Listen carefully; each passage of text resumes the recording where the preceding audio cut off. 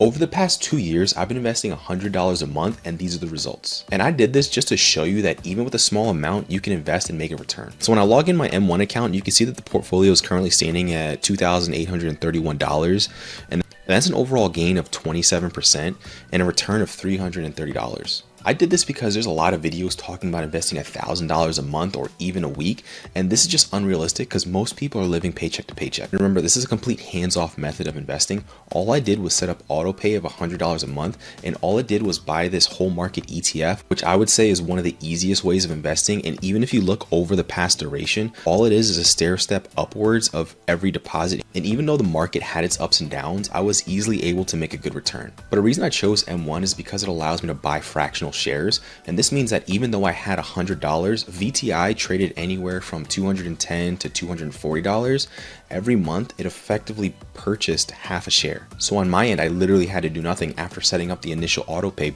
back 2 years ago. See, the total contributions I made to this account was $2,400, but I was able to get a return of over $300. And see, if I had this money just sitting in my checkings account, it wouldn't have made me a return, because most accounts return nearly nothing. And compare this to the 27% return I was able to make in this account. And while investing does come with a risk, I chose an overall whole market ETF to purposely minimize mine. And that was the whole reason I made this portfolio. I chose a whole market ETF rather than one or two companies, and I stepped back and I had to do nothing. See, VTI already consists of around 4,000 companies, so I don't have to worry about the ups and the downs of the different sectors.